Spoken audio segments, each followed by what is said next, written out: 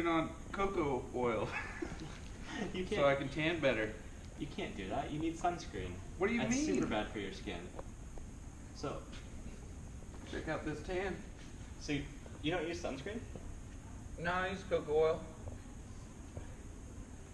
So you look pretty burnt already. Have you ever tried using sunscreen instead of the coconut oil? That's not burn, that's dedication.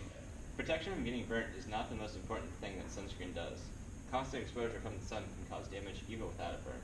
Not to mention that a base tan is your body's response to being injured from UV exposure, and that all skin colors need to wear sunscreen. The more sun damage that occurs to your skin, the higher of risk you are for developing skin cancer. Okay. In fact, 1 in 5 Americans will develop skin cancer in the course of a lifetime, and 1 person dies of melanoma every hour. Well, it's cloudy out, so oil would do just fine. Actually, that's not true. 90% of UV rays are still able to get through the cloud cover, and more people actually get burnt when it's cloudy out because they don't think they have to wear sunscreen. Well, you got so many different SPF choices. Where do I even start? So, I have a bunch of sunscreens here.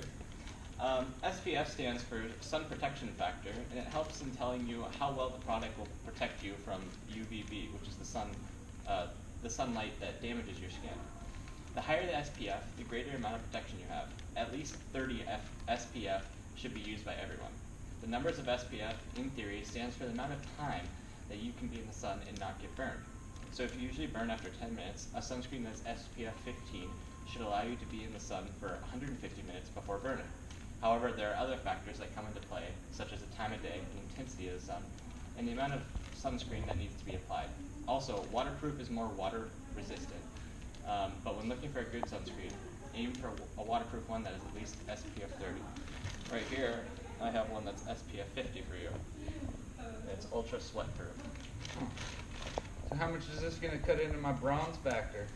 So you'll still tan with sunscreen, but it just helps you prevent skin damage that can cause skin cancer. So will I get skin cancer though I've never used this? That's not something I can tell you. However, I do know that studies show if you've had at least 5 major sunburns in your lifetime risk for getting melanoma increases by double. Well, shoot, I really need to be careful and start wearing it. So I just put it on once before I've gone outside and that's it? No, you should put it on at least 15 minutes before going outside to give it time to work. Whenever you'll be exposed to the sun for more than 30 minutes, you should use sunscreen. Sunscreen should be reapplied every 2 hours, no matter what the label says. If you sweat a lot, you should apply more frequently than 2 hours. So if you're working out at the beach or something like that, make sure to apply it anywhere the sun will reach. Nose, ears, in your hair if you have a part or really short hair. Apply a generous layer, about a shot glass amount should be enough to cover the whole body. Well, can you get my back, bro? Yeah, I gotcha.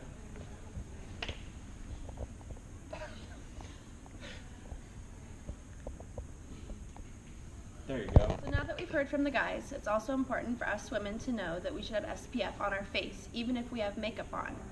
A lot of foundations do contain SPF, and that is important, but even if those contain SPF, we still need to have SPF lotion on underneath. That will help us avoid getting a sunburn on our face. Here's a quick tip for recognizing skin cancer on yourself or a friend. It's the ABCDE acronym. A stands for asymmetry, which could be of the mole or freckle anywhere on your body. B stands for an irregular border. C is a color that's not uniform. For example, a brown freckle turning black. D is for diameter, greater than 6 millimeters, which is about the size of a pencil eraser. And E is an evolving shape or size that is noticeable over time. If you notice any of these things are happening, contact your healthcare provider for further evaluation.